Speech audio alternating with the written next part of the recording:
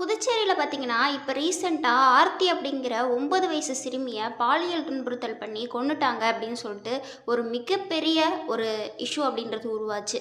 அது மட்டும் இல்லாம, அவங்கள தண்டிக்கணும், அந்த குற்றவாளிகள தண்டிக்கணும் அப்படின்னு சொல்லிட்டு பல தரப்பினரும் போராட்டங்கள் பண்ணாங்க. மக்களும் போராட்டங்கள் பண்ணாங்க. இப்படி இருக்கக்கூடிய டைம்ல, இங்க ஒரு பெண்ணுக்கு பார்த்தீங்கன்னா, இந்தியாவிலே உச்சபட்ச தண்டனையான ஒரு தண்டனை அப்படின்றது விதிக்கப்படுது. அது மட்டும் இல்லாம, சுதந்திர இந்தியாவுல சுதந்திரம் கிடைச்சதுக்கு அப்புறமா முதல்ல இப்படி ஒரு தண்டனை விதிக்கப்பட்ட முதல் பெண்மணியாவும் அந்த பெண்மணி இருக்காங்க. அப்படி அவங்க செஞ்ச தப்பு தான் என்ன? எதுக்காக அவங்களுக்கு இவ்ளோ பெரிய தண்டனை அப்படின்றது குடுக்கப்பட்டுச்சு? நீங்க தெரிஞ்சுக்கிட்டே ஆகணுங்க. இப்போ வாங்க வீடியோக்குள்ள போகலாம். நம்மளோட கிரைம் ஸ்டோரி சீரிஸ்ல இது வீடியோ நம்பர் 17. நீங்க நம்மளோட சேனல ஃபர்ஸ்ட் டைம் பார்க்குறீங்க அப்படின்னா மறக்காம சப்ஸ்கிரைப் பண்ணிக்கோங்க. இப்போ வாங்க வீடியோக்குள்ள போகலாம்.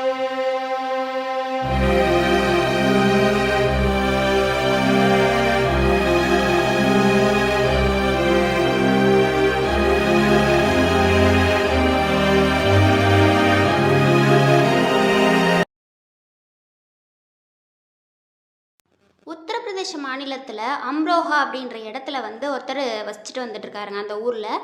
அவரோட பேர் பார்த்தீங்கன்னா சவுக்கத் அலி. ஒரு நல்ல ஒரு நபர், நிறைய படித்தவர். அந்த ஊர்லேயே வந்து அவங்க குடும்பம் தான் நல்லா படித்த ஒரு குடும்பம். அவருக்கு டோட்டலாக 3 பசங்க, ஒரு பொண்ணு 2 பையன். பொண்ணு பார்த்தீங்கன்னா ஷப்னம். நம்ம இன்னைக்கு இந்த பார்க்கக்கூடிய கேஸில் வரக்கூடிய பெண்மணி பார்த்தீங்கன்னா அவங்க தான். அவங்க வந்து டபுள் டிகிரி முடித்த ஒரு நல்ல எஜுகேட்டடான ஒரு பொண்ணு.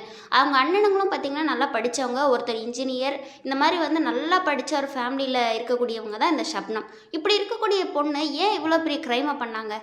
அதுதாங்க இருக்குது ட்விஸ்டே. இப்போ ஷப்னம் அப்படின்றவங்களோட ஃபேமிலியில் பார்த்தீங்கன்னா டோட்டலாக 8 பேருங்க. அதாவது இப்போ நான் சொன்னது அவங்களோட ஃபேமிலி பேக்ரவுண்ட். இப்போ அவங்க ஃபேமிலியில் எத்தனை பேர் இருக்காங்க அப்படின்னு கேட்டிங்கன்னா 8 பேர் இருக்காங்க. அவங்களோட அம்மா, அப்பா, ஷப்னம், அதுக்கப்புறம் அவங்களோட 2 அண்ணன், ஒரு அண்ணி, ஒரு கசின் சிஸ்டர் ஒருத்தர் இருக்காங்க. அதுக்கப்புறம் 10 வயசில் ஒரு குழந்தை இருக்குது, கை குழந்தை. இவ்வளோ பேர் இருக்கிறது தான் இவங்களோட ஃபேமிலி. ஓகேங்களா? இப்படி இருக்க டைமில் என்ன ஆகுதுன்னா, ஷப்னம் படித்து முடிச்சுட்டு வீட்டில் நார்மலாக இருந்துட்டு இருக்காங்க. அப்படி இருக்கும்போது பார்த்தீங்கன்னா எதிர்த்த வீட்டில் இருக்கக்கூடிய ஒரு நார்மல் லேபர் ஒர்க் பண்ணக்கூடிய ஒரு பையன், ஓகேங்களா, நார்மலான ஒரு கூலி தொழிலாளின்னு வச்சுக்கோங்களேன். அப்படி இருக்கக்கூடிய ஒரு பையனோட வந்து ஒரு இது வந்து உருவாயிருக்கு. ஷப்னம் பார்த்தீங்கன்னா அந்த பையனோட ரொம்பவே நெருக்கமாகவும் பழகியிருக்காங்க. அவங்களுக்கு ஒரு அஃபைர் மாதிரியும் இருந்துட்டு இருந்திருக்கு. லவ்வையும் தாண்டின ஒரு அஃபைர் அப்படின்றது இருந்திருக்கு. அதை வந்து ஷப்னத்தோட வீட்டுக்கு வந்து தெரிஞ்சிருச்சு. தெரிஞ்ச உடனே என்ன பண்ணியிருக்காங்க அப்படின்னு கேட்டிங்கன்னா, கூப்பிட்டு மிரட்டியிருக்காங்க அவங்க வீட்டில். நீ வந்து இந்த மாதிரி பண்ணுற, நீ நல்லா படிச்சிருக்க, அவன் படிக்கலை, அவன் வந்து இந்த மாதிரி வேலை செய்கிறான், அவனுக்கு உனக்கு செட் ஆகாது, அவனை நல்லா பார்த்துக்க மாட்டான் அப்படின்னு சொல்லிட்டு ரொம்பவே எதிர்ப்பு தெரிவிச்சிருக்காங்க ஷப்னத்தோட வீட்டில். இந்த ஷப்னமும் சரி சரி நான் அதெல்லாம் பண்ண மாட்டேன் அப்படின்னு சொல்லிட்டு நார்மலாக வந்து அதை விட்டுட்டு அப்புறம் போயிருக்காங்க. இப்படி இருக்கக்கூடிய டைமில் தான் ஆனால் அந்த வேலை செய்யக்கூடிய பையன், உங்களோட லவர் சொன்னேன் இல்லைங்களா, அந்த பையன் பேர் வந்து சலீம். ஓகேங்களா? அந்த பையன் என்ன பண்ணுறான் அப்படின்னு கேட்டிங்கன்னா, தொடர்ந்து வந்து ஷப்னத்து கூட வந்து இந்த மாதிரி வந்து ஒரு அஃபேரில் தான் இருந்துட்டு இருந்திருக்கான். இப்படியே போயிட்டு இருக்கவும் நம்ம எத்தனை நாளைக்கு வந்து இந்த மாதிரி எதிர்ப்பு மீறி நம்ம இப்படியே வந்து இது பண்ணிகிட்டு இருக்க முடியும் அப்படின்ற ஒரு முடிவுக்கு வந்து ஷப்னம் அப்படின்றவங்க வந்திருக்காங்க. நம்ம வந்து மேரேஜ் பண்ணிக்கலாம் அப்படின்னு சொல்லிட்டு அதையும் போயிட்டு தன்னோட வீட்டில் வந்து கேட்டிருக்காங்க. அப்போ என்ன பண்ணிட்டாங்கன்னா, அவங்க அதுக்கும் வந்து அப்ரூவல் கொடுக்கல. ஏற்கனவே எதிர்ப்பு தெரிவிச்சிட்டாங்க. மறுபடியும் அவங்க அப்ரூவல் கொடுப்பாங்களா? இல்லை, முடியவே முடியாது அப்படின்னு சொல்லிட்டு அவங்க அப்பா வந்து சுத்தமாக வந்து மறுப்பு தெரிவிச்சிடுறாரு.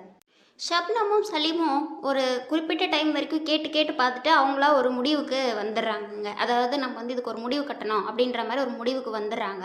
அதோட விளைவாக என்ன பண்ணுறாங்க அப்படின்னு கேட்டிங்கன்னா, ஏப்ரல் மாதம், அதாவது ஏப்ரல் மாதம் 14 ஆர் 15 வச்சுக்கோங்களேன், 15 வச்சுக்கோங்க. அந்த 15 அப்போ என்ன பண்ணுறாங்க அப்படின்னு கேட்டிங்கன்னா, வீட்டில் எல்லாருமே இருக்காங்க. ஷப்னத்தோட வீட்டில் எல்லாருமே இருக்காங்க. அப்போ என்ன பண்ணுறாங்க அப்படின்னு கேட்டிங்கன்னா, அந்த பாலில் வந்து மயக்க மருந்து, அதாவது பயோபோஸ் அப்படின்னு சொல்லக்கூடிய ஒரு மயக்க மருந்துங்க. அது வந்து வாங்கி ஒரு 10 ஸ்ட்ரிப்பு பக்கத்தில் இருக்குமா. அதை வாங்கி என்ன பண்ணியிருக்காங்கன்னா, பாலில் கலந்து எல்லாரும் நார்மலாக குடிச்சிட்டு தூங்குவாங்க இல்லைங்களா, அந்த மாதிரி இருக்க டைமில் வந்து கொடுத்துருக்காங்க. மொத்த பேருக்கும் அதை கொடுத்துட்டாங்க. கொடுத்த உடனே என்ன பண்ணிட்டாங்க, மொத்த பேரும் கொஞ்ச நேரத்தில் மயக்கமடைய ஆரம்பிச்சிடுறாங்க. எல்லாருமே மயங்கிடுறாங்க. வீட்டில் இருக்கக்கூடிய டோட்டலாக 7 பேர், 7 பேருமே மயங்கிடுறாங்க. எல்லாருமே டோட்டலாக அன்கான்ஷியஸ் ஆயிடுறாங்கங்க. ஒருத்தருக்குமே ஒரு கான்ஷியஸ்னஸ் கொஞ்சம் கூட கிடையாது. அந்த ஒரு டைமில் என்ன பண்ணுறாங்கன்னா, ஷப்னம் வந்து அந்த சலீமை வந்து வர சொல்கிறாங்க. வர சொன்னவங்க அதோட மட்டும் விடலைங்க. அவங்க அந்த இது இருக்குன்னு பார்த்தீங்களா, கத்தியை வச்சு அவங்களோட மொத்த பேரோட தொண்டை வந்து அறுக்க சொல்லியிருக்காங்க. அவங்களோட த்ராட்டை வந்து ஸ்லிட் பண்ணியிருக்காங்க. அப்படி ஸ்லிட் பண்ண என்ன ஆகும், ஆல்ரெடி கான்சியஸில் இல்லை அவங்க. இதில் அவங்களோட தொண்டையும் சேர்த்து அறுத்தா ஹெவி ப்ளீடிங் ஆகி அந்த இடத்துலையே அந்த 7 பேருமே பரிதாபமாக உயிரிழக்கிறாங்க. இதில் அந்த 10 மாதம் ஒன்றுமே தெரியாத அந்த பச்சை குழந்தையும் இன்க்ளூடடுங்க. இவ்வளோ பெரிய கொடூரத்தை செஞ்சதுக்கப்புறமா என்ன பண்ணுறாங்க அப்படின்னு கேட்டிங்கன்னா, இந்த சலீம் போயிட்டு தன்னோட ட்ரெஸ்ஸு, அதுக்கப்புறம் தன்னோட அந்த கத்தியெல்லாம் எடுத்துகிட்டு போய் வீட்டில் வச்சுட்டு போயிட்டு அந்த இது இருக்கும் பார்த்தீங்களா, அந்த ஒரு ஏரி மாதிரி இருக்கான், அந்த இடத்துல போயிட்டு எல்லாத்தையும் அவனோட மற்ற அந்த உடம்புல இருக்க அந்த இதெல்லாம் வந்து வாஷ் பண்ணுறதுக்காக போயிருந்திருக்கான். அது மட்டும் இல்லாமல் இந்த ஷப்னம் என்ன பண்ணியிருக்காங்கன்னா, ஒன்றுமே தெரியாத மாதிரி அவங்களோட மாடியில் போயிட்டு ட்ரெஸ் எல்லாம் ரிமூவ் பண்ணிவிட்டு நல்லா க்ளீன் பண்ணிவிட்டு அவங்க வந்து படுக்க போயிட்டாங்க. இப்படி அடுத்த நாள் காலையில் பார்த்தீங்கன்னா, அவங்க வீட்டுக்குள்ளேருந்து யாருமே வெளியே வராதனால பக்கத்தில் இருக்கக்கூடியவங்களாம் சந்தேகப்பட்டு வீட்டுக்குள்ளே போய் எட்டி பார்க்குறாங்கங்க. எட்டி பார்த்தா தெரியுது அவங்க எல்லாருமே ரத்த வெள்ளத்தில் கொடூரமான முறையில் இறந்து கிடக்குறாங்க. இதை பார்த்து அவங்களுக்கு என்ன பேசணும்னு தெரியல. உடனே பார்த்தீங்கன்னா அலற ஆரம்பிக்கிறாங்க. அப்படி அலறினோடனே மேலே இருந்து ஷப்னம் வந்து ஒன்றுமே தெரியாத மாதிரி ஓடி வராங்க. ஓடி வந்துட்டு என்னாச்சு ஏதாச்சுன்னு பார்த்துட்டு, என்னம்மா ஆச்சு, ஏன் நீ மட்டும் இப்படி இருக்க, இப்படி ஆயிடுச்சு அப்படின்னு சொல்லிட்டு எல்லாருமே விசாரிக்க ஆரம்பிக்கிறாங்க. அப்போ அவங்க உள்ளே போய் தேடி பார்க்குற மாதிரி தேடி பார்த்துட்டு வீட்டில் இருந்து ஏதோ பொருளை வந்து திருடிட்டு போயிட்டாங்க, அப்படி திருடிட்டு போனவங்க தான் இந்த மாதிரி பண்ணிட்டு போயிட்டாங்க அப்படின்ற மாதிரி சொல்கிறாங்க. உடனே அந்த இடத்துக்கு போலீஸ்காரங்களும் வந்து ரீச் ஆயிடுறாங்க. ரீச் ஆனவங்ககிட்டயும் அவங்க இதே கதையை வந்து சொல்லி சமாளிக்க பார்க்குறாங்க. இப்படி நடந்துட்டு இருக்கக்கூடிய டைமில் தான் அங்கே ஒரு போலீஸ் அதிகாரி என்ன பண்ணுறாருன்னா, சுற்றி பார்த்துட்டே இருக்காரு. போலீஸ் பொறுத்த வரைக்கும் உங்களுக்கு தெரியும் எல்லாம் பார்ப்பாங்க அப்படின்ட்டு. அப்படி பார்த்துட்டே இருக்கும்போது என்ன ஆகுதுன்னா, அந்த ஒரு மயக்க மருந்து ஸ்டிப்பை வந்து பார்க்குறாங்க கீழே. அந்த ஸ்டிப்பை எடுத்து என்ன பண்ணுறாருன்னா வச்சுக்கிறாரு அவர் சேஃப்டியாக. வச்சுட்டு அதை எடுத்துகிட்டு போய் ஒரு மருத்துவர்கிட்ட கொடுத்து இது எதுக்கு யூஸ் பண்ணுறது அப்படின்றதெல்லாம் கேட்டு தெரிஞ்சு வச்சுக்கிறாரு. அடுத்து பார்த்திங்கன்னா, அந்த 7 உடல்களையும் மீட்டு அவங்க வந்து பிரேத பரிசோதனைக்காக உத்தரப்பிரதேஷ் அந்த கவர்மெண்ட் ஹாஸ்பிட்டலுக்கு வந்து அனுப்பி வைக்கிறாங்கங்க. அங்கே எடுத்துகிட்டு போய் டோட்டலாக அவங்க உடம்பு எல்லாமே வந்து அட்டாப்சி, அதாவது உடற்கூறு ஆய்வு அப்படின்றது நடத்தப்பட்டதில் ரிப்போர்ட் என்ன வந்திருக்கு அப்படின்னு கேட்டிங்கன்னா, அதே தாங்க ரிப்போர்ட்டு. அவங்க இறந்து போகிறதுக்கு முன்னாடி, அதாவது தொண்டையை அறுக்கிறதுக்கு முன்னாடி இந்த மாத்திரையை எடுத்துக்கிட்டது வந்து தெரிஞ்சிருச்சு அட்டாப்சி ரிப்போர்ட்டில்.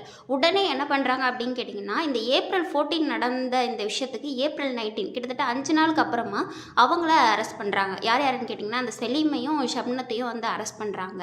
இதில் இருக்கிறதுலே ஒரு மிகப்பெரிய ட்விஸ்ட் என்னன்னு கேட்டிங்கன்னா, அந்த ட்ரெஸ்ஸு எல்லாத்தையுமே வந்து செலீம் அவங்க வீட்டிலே வச்சுருந்துருக்காங்க. அதையும் அவங்க கைப்பற்றுறாங்க. அதே மாதிரி இந்த ஷப்னத்தோட அந்த பிளட்டு இதான அந்த ட்ரெஸ்ஸையுமே அவங்க வீட்டிலேருந்து எடுக்கிறாங்க. இதெல்லாமே நடந்து முடிஞ்சோடனே அவங்க 2 பேரையும் கொண்டு போய் ஜெயிலையும் போட்டுறாங்க. கூட்டு போல் ஜெயிலுக்கு போட்டுறாங்க.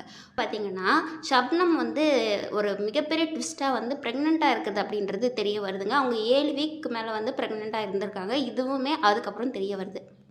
ப்ரெக்னெண்ட்டாக இருந்த ஷப்னம் பார்த்திங்கன்னா 2008 தான் இந்த இன்சிடெண்ட் நடந்தது. 2008லேயே அந்த டிசம்பர் மாதம் அப்படின்றதுல அவங்களுக்கு குழந்தை அப்படின்றது பிறக்குதுங்க. பிறந்த குழந்தைய என்ன பண்ணுறாங்க அப்படின்னு கேட்டிங்கன்னா, அர்பனேஜில் வந்து விட்டுறாங்க, அங்கே வளரும்படி விட்டுறாங்க.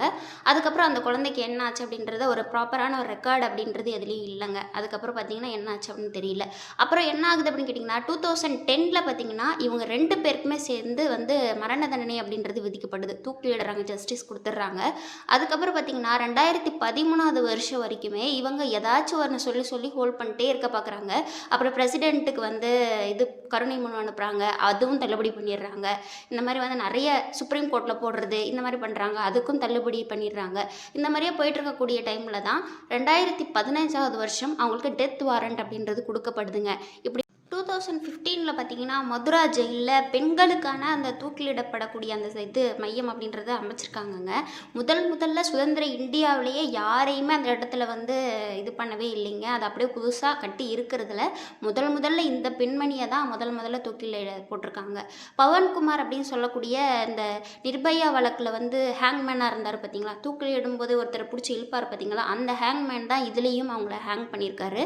இது வந்து எப்படி சொல்லப்படுதுன்னா, இந்திய ஹிஸ்ட்ரியிலேயே வந்து ஒரு பெண்ணுக்கு வந்து இந்த அளவுக்கு ஒரு உச்சபட்ச தண்டனை வந்து ஒரு வழக்கில் கொடுத்தது வந்து நிறைய பேர் என்ன பண்ணாங்க அப்படின்னு கேட்டிங்கன்னா பாராட்டியிருக்காங்க அப்படின்னு தான் சொல்ல முடியும். எதுக்காகனா, ஒரு ஜெண்டர் பார்க்கல, நீ ஏன் தப்பு பண்ண, எதுக்கு தப்பு பண்ண, அதெல்லாம் தேவை கிடையாது, நீ பண்ணது தப்பு, அப்போ உனக்கான தண்டனை அப்படின்றது அந்த இடத்துல கொடுக்கப்படும் அப்படின்றத அரசாங்கம் இன்னொரு டைம் நிரூபிச்சிருக்கு அப்படின்ற மாதிரி நிறைய பேர் யாரை லவ் பண்ணுறோம், லவ் பண்ணுறது தப்பு அப்படின்னு இங்கே யாருமே சொல்லலைங்க. பண்ணக்கூடிய லவ்வை வந்து ஒரு நியாயமான முறையிலையும், ஒரு கரெக்டான முறையிலையும் கொண்டு போகிறத விட்டு, தன்னோட ஃபேமிலியையே தன்னோட கையால் வந்து கொலை பண்ணி, அப்படி அவங்களோட ரத்தத்து மேலே தன்னோட வாழ்க்கை இருக்கணும் அப்படின்னு நினச்ச அந்த பெண்ணுக்கு வந்து ஒரு மிகப்பெரிய தண்டனை அப்படின்றது அந்த இடத்துல வந்து கொடுக்கப்பட்டிருக்கு. அதே டைமில் வந்து சலீமும் வந்து தூக்கிலிடப்படுறாரு.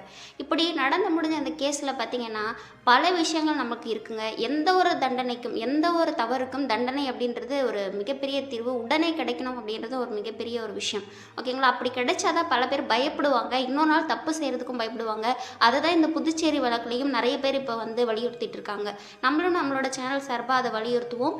இன்னொரு வீடியோவில் இன்னொரு க்ரைம் ஸ்டோரியோட உங்களை வந்து நான் பார்க்குறேன். நம்மளோட சேனல் உங்களுக்கு பிடிச்சிருந்துச்சு அப்படின்னா மறக்காமல் சப்ஸ்கிரைப் பண்ணிக்கோங்க. அப்போ தான் நான் போடக்கூடிய வீடியோஸ் உடனே உங்களுக்கு வரும். பெல் பட்டனையும் கிளிக் பண்ணி வச்சுக்கோங்க. நான் இன்னொரு வீடியோவில் வந்து உங்களை பார்க்குறேன். அது வரைக்கும் உங்கள் கலை.